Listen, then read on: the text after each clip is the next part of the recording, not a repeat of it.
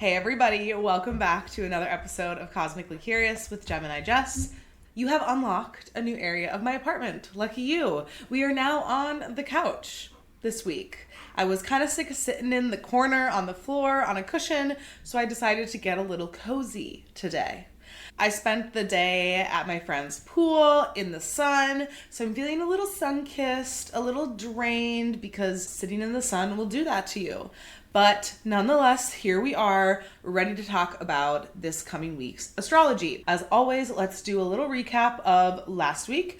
Last week, the stars were behaving. We didn't have too much craziness or really that many transits going on at all. But we did have Mercury move into Cancer. I talked about how this is going to flavor basically all of our summer until the first week of August because of the retrograde that is going to happen. So once again, if you have any planets from 6 to 26 degrees Mercury, I believe, or 26 degrees Cancer, pay attention to those planets this summer because those will be activated by Mercury going direct, then retrograding back over it, and then going direct again. So that's going to be a story that is playing out in your life. We have much more happening this week, and Monday is pretty quiet. We start with the moon in Pisces, which I often think is not the best way to start a Monday. I really think that Mondays are best spent in a fire or a earth moon or air. I mostly think that water moons, for me personally on a Monday, can feel a bit like a slower start. So Pisces moon on Monday, but on Tuesday we do wake up and the moon is in Aries. We're starting out that new archetypal cycle. And so as always with Aries, there's that sense of cardinal sign energy of initiation, impulse, and getting things kicked off for the week. The most beautiful thing about this week, and also about 2026 in general, is the Venus-Jupiter conjunction that is happening on Tuesday. It's going to be exact on Tuesday at 2:59 p.m. And this is a really, really beautiful day. If you pay attention to the online astrology, there'll be some astrologers that are saying that it is like the luckiest day of the year and the most amazing day to do things. And sure, while that's true, it's not the luckiest day of the year for everybody. Some of y'all probably won't even feel this, and that's okay. But if you're looking for an invitation into a romantic date night with your loved ones, a date night with yourself, with your family, eating a really good meal, Venus and Jupiter in a conjunction in Cancer is pretty awesome. Venus and Jupiter are natural benefic planets, and what that means is that in theory, they can't help but bless what they touch. Now, I think it's an interesting thing to remember, and something that I'm learning in my Vedic astrology course is that just because something is benefic does not mean that it's going to always benefit you. It depends on the relationship that it has to your own chart. And so the highest, best expression of a Venus-Jupiter Cancer conjunction is a really emotionally fulfilling day. You can see the beauty in your life. Ideally, you spend time with people you love, whether that's chosen family, blood family, or friendships and community. And it's a great day to start something new. So, if I was getting married, great day to get married. But the other side of planets like Venus and Jupiter, and especially Jupiter, is this idea of too much of a bad thing. Too much of a good thing? Is that still good, right? When I think of Jupiter and Sagittarius energy, which they're connected here, it's this idea of putting too much on your plate and eating it all. I'll be honest with you, I got a burrito last night and I ate every last bite in one sitting, and I'm feeling it today. That's this idea of Jupiter energy. It's like, wow, this is so good and I love it. and I can't stop eating it, and so therefore I do too much of it. And so with Venus there as well, there's a sense of indulgence. And if you find yourself eating really good food and too much of it this week, let it be, let it happen. But that's kind of that energy that we think of. It's ideally going to be a great day, and if it's not for you, that's okay too. Wherever you have, let me check the degrees of where this is going to happen. It's at 25 degrees Cancer. So if you have any planets in 25 degrees Cancer, Libra, Capricorn, or Aries, that is going to be directly aspecting that planet of yours. And check to see where 25 degree Cancer is in your chart in terms of houses to see where this is going to show up for more information. And when I was thinking about this transit and how we can take it a step further for a chance for reflection and curiosity, with it being in Cancer, I thought a lot about this idea of home and what home means for you. Is it a feeling that you have within your body? Is it a certain group of people? Is it a specific place? How do you define home? And what does home mean to you? I think that's a really interesting thing to explore this week. And do you have a home? What is your definition of it? And do you feel like you have a sense of fulfillment around your sense of home? I will note here that the moon in Aries will also be flavoring this conjunction because it is going to be squaring the planets in Cancer. So we have Mercury, Venus, and Jupiter there.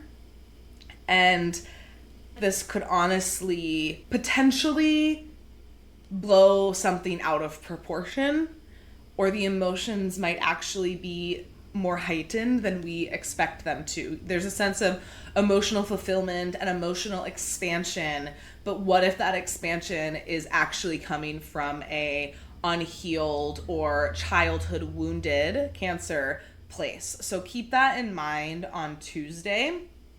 There can be some emotional impulsivity and a bigger susceptibility to anger and frustration. And so even though we have this Venus and Jupiter conjunction and it's a beautiful day, if it's a clear night, we might be able to see it in the sky, which would be amazing. But is there such thing as too much of a good thing? I think there is. So be wary on that. I would recommend taking some time to fill up your own cup, to nourish yourself. Venus rules relationships and finances and money and our self-worth and our value systems. And so how can you reconnect to those parts of yourself? How can you pour your love out into the world, into your relationships? And it's kind of that vibe of like, my cup runneth over today. Maybe it runs over and it drowns you. Maybe it runs over and it hydrates you, right? There's two ways that this can come through. While that peaks on Tuesday, right away on Wednesday, we have Mercury in Cancer squaring Saturn in Aries. So there's still that Cancer-Aries square that we are engaging with this week.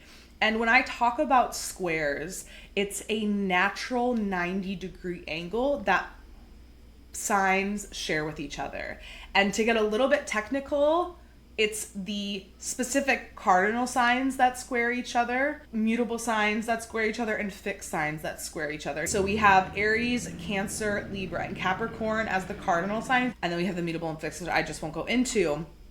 There is a natural relationship that happens between these signs.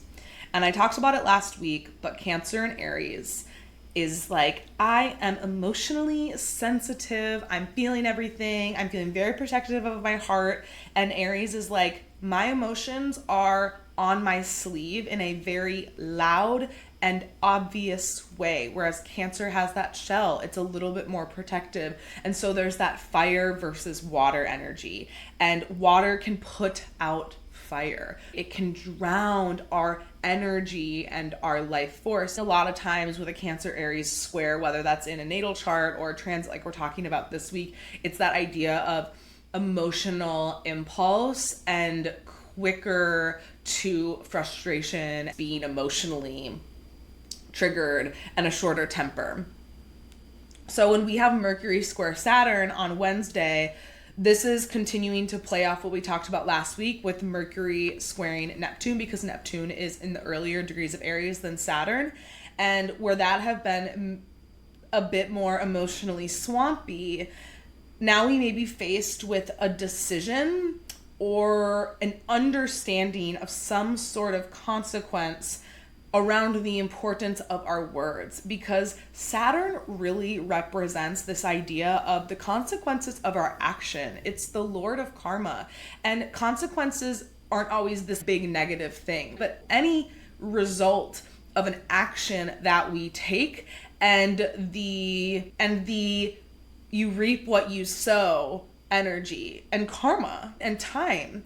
And so when I was thinking about this transit, this feels really important to acknowledge the concept that our words have meaning, especially while we're in Gemini season. Uranus is in Gemini here, and it's especially meaningful as Mercury is in Cancer. It's our words and our perspectives and our processing is so emotionally charged when Mercury is in Cancer here. It's really easy to take things personally. Aries flies by the seat of their pants, especially when it comes to self-expression. And Cancer can sometimes just maybe not quite handle it. It is just too sensitive. I have been watching Love Island, and I'm gonna use examples of this while we're doing these forecasts because I think it's really fun to watch, and I watch them and see their zodiac sign. And last night, one of the women called out another woman, and you could see the energetic difference in the way that they handle conflict. This woman basically said, hey, what you did wasn't really cool, and I didn't like that.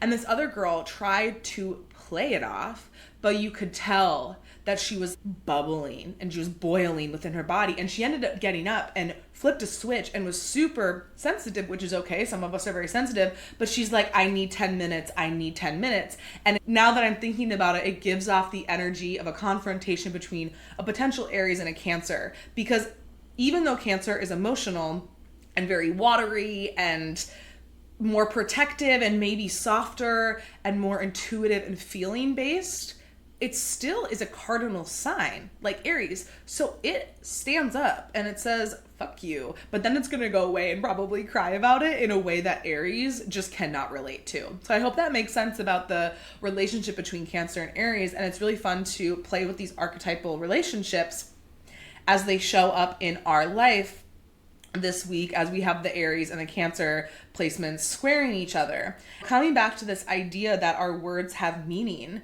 in Mercury and Cancer squaring Saturn, and Saturn, the idea of responsibility, we have a responsibility to be loving with our words, with the people that we love.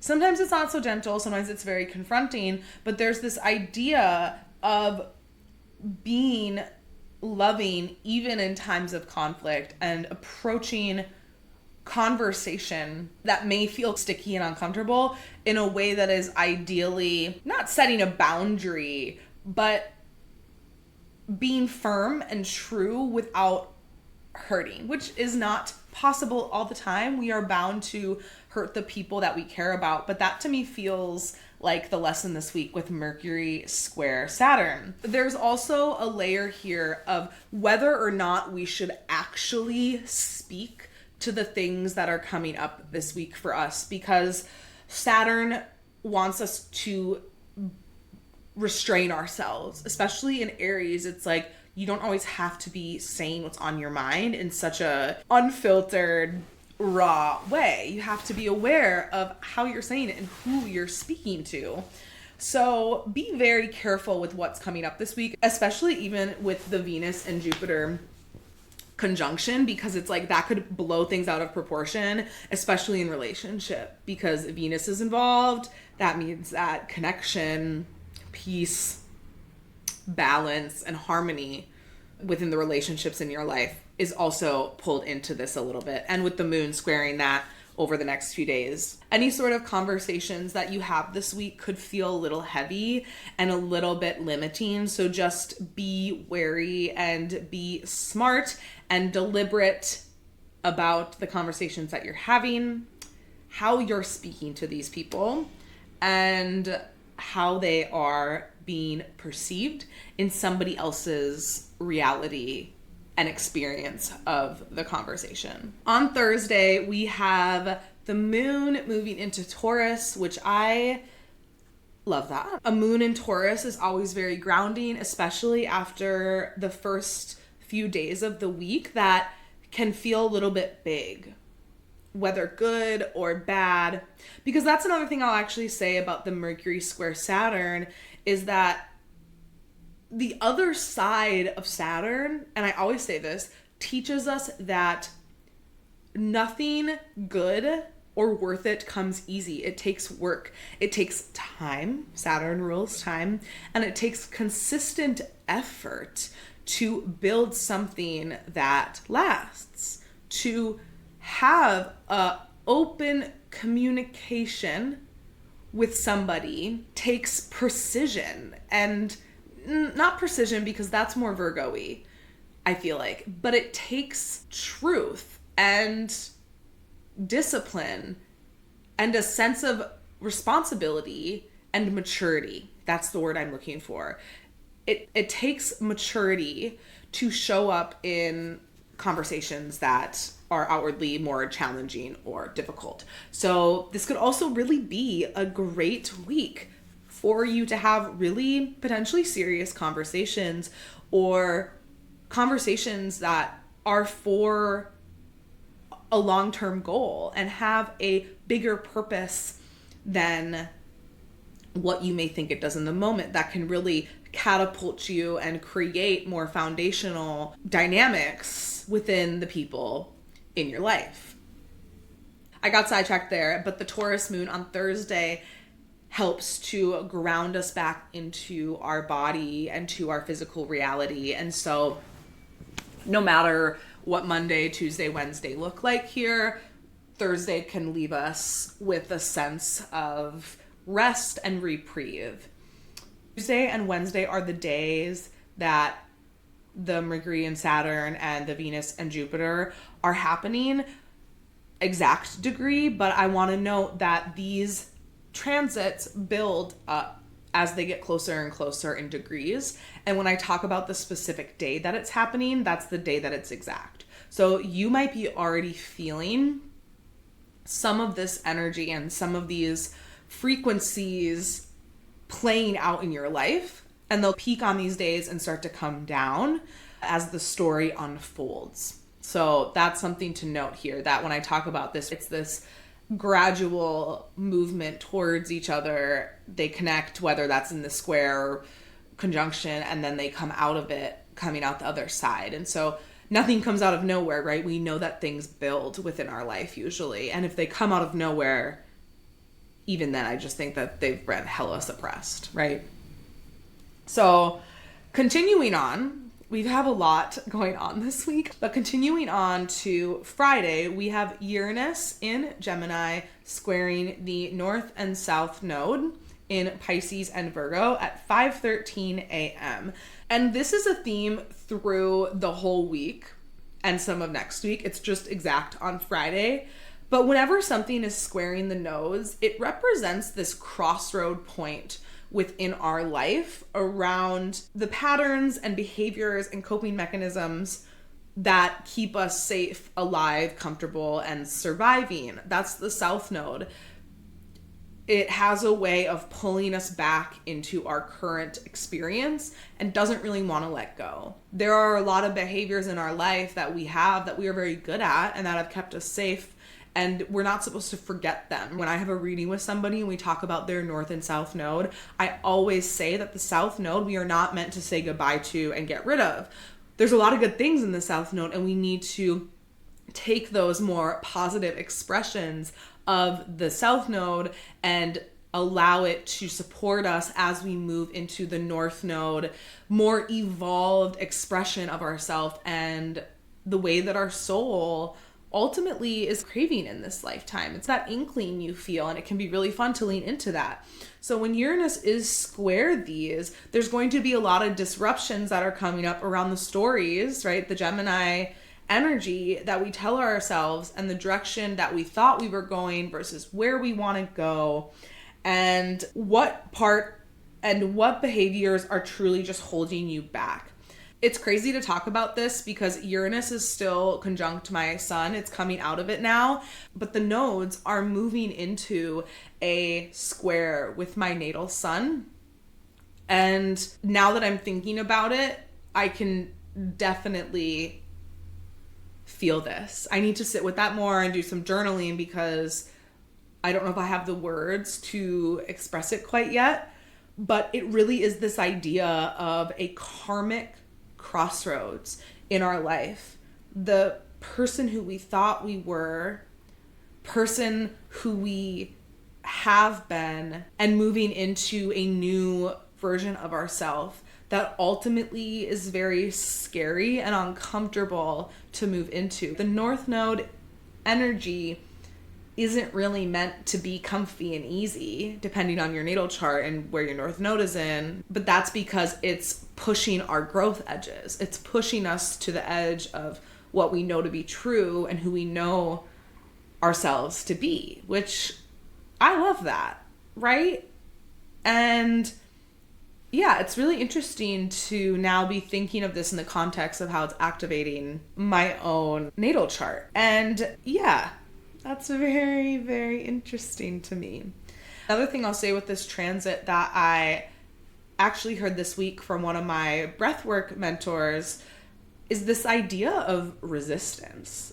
The nodes teach us a lot about resistance and why we resist things. And she was talking about how resistance is not a stop sign. It doesn't mean that we shouldn't keep moving forward. It's actually a green flag, a green light that means you're on the right path and that you're challenging your sense of self. And if we get really scientific with it, with my breath work, I do that. It's like our nervous system is truly resisting the change because it doesn't know and it's not wired to experience this new version of ourselves safely and comfortably. And so the resistance is not a sign for you to stop. It's actually a sign for you to keep going. If you don't feel resistance to something, now, of course, there's nuance with this always, but if you don't feel resistance to something, maybe you're actually just staying stuck in your old patterns and coping mechanisms and ways. I think about this a lot with my experience of continuously leaving relationships. Truthfully, I don't think any of my relationships prior to the one I'm in now were ultimately right for me. So there was a sense of intuitive knowing, I think, but I never even gave it a chance. I was never even open to it, and I resisted every freaking relationship. And now I'm in this new relationship that I feel resistance towards, but not with him, but the resistance of the growth that I feel happening within my own world and inner knowing and selfhood and identity. Uranus conjunct my sun. So that resistance, the reason it feels uncomfortable and that I feel like I'm like, oh my gosh, is because I'm pushing myself and I want to push myself in this relationship. So I'm going to keep doing it, even though there's a sense of resistance.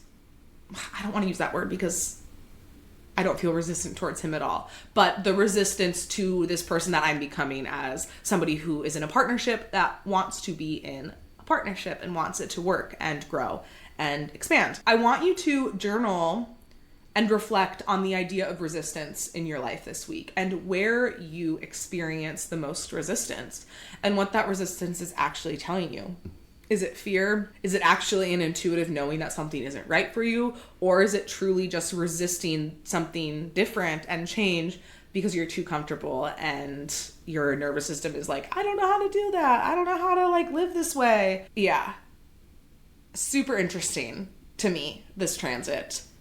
And because it's very heavily activating my natal chart as well. One more thing I'll say about this is that with Uranus here, there can be unexpected news or unexpected downloads and realizations and aha lightning bulb moments that shake you and you're like, oh, that's the answer. Oh, it's been there all along. So just keep that in mind, that any of these like quick hits you get, listen to them because they're trying to tell you something. And ideally with Uranus, well, not ideally, it is with Uranus ultimately trying to push you forward into a new, more powerful and like electric aligned timeline.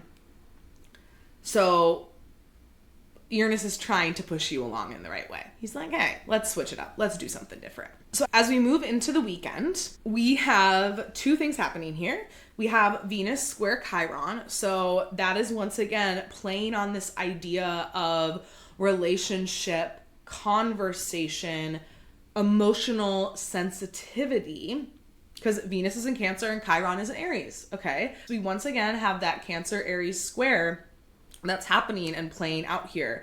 And with Chiron and Aries, it's just a wound of individuality and knowing who you are and what you want. And this is just a reminder to be nice to others. That Mercury Saturn square, people might be a little bit more sensitive. There's a sense of tenderness here and might just feel a little bit more vulnerable. So that is also playing into this week. So once again, going back to that Venus and Jupiter conjunction on Tuesday, I think it's great, but there's a lot of other layers happening here that can really, really flavor how this once in a lifetime, best, most luckiest day of the year is going to play out for you. Okay. So just remember that. And then on Sunday, we end the week with a new moon in Gemini at 9:53 p.m. at 2 degrees. I think. No way. Let me look. No. It's at 24 degrees. Might be. I had a typo here. But I'm loving this for us. We have the Mercury square Saturn. We got some Cancer-Aries stuff happening here. And the new moon in Gemini comes to really give us a moment to just take a step back, maybe laugh a little, and like get some fucking perspective. Life does not need to be this intense and this serious all the time. This new moon is asking us to set intentions around being open and flexible and curious. This podcast is called Cosmically Curious for a reason. If we are not curious about our experiences and what they are trying to teach us and what we can learn from them, right? Gemini, it's like, sure, you don't have to do that. You don't have to analyze everything. And I don't think that's what we want to do here either. But I think it's a great skill to be able to self-reflect and be curious about your experiences. I just think it's that simple. Granted, I'm also a Gemini and an astrologer. There's a reason I love astrology, is because it gives me that point of reflection, you know? And the things that you set intentions around this weekend will come to fruition, or maybe not fruition necessarily, but there'll be a sense of completion or a point of reflection. And you guys know I can never say this word, accumulation. Oh my gosh. November 24th of 2026. There's another part of this new moon that is a lot about sharing ideas and messaging and communication. If you have a business, if you have a passion that you are pursuing, or any sort of creative endeavor, or even your job and your career that maybe you want to put more time and effort into, but how can you share what you are meant to share? How can you get your message out to more people? How can you be authentic in the way that you share your message? My favorite thing about Gemini energy, and what I've learned is one of my values, obviously, is curiosity.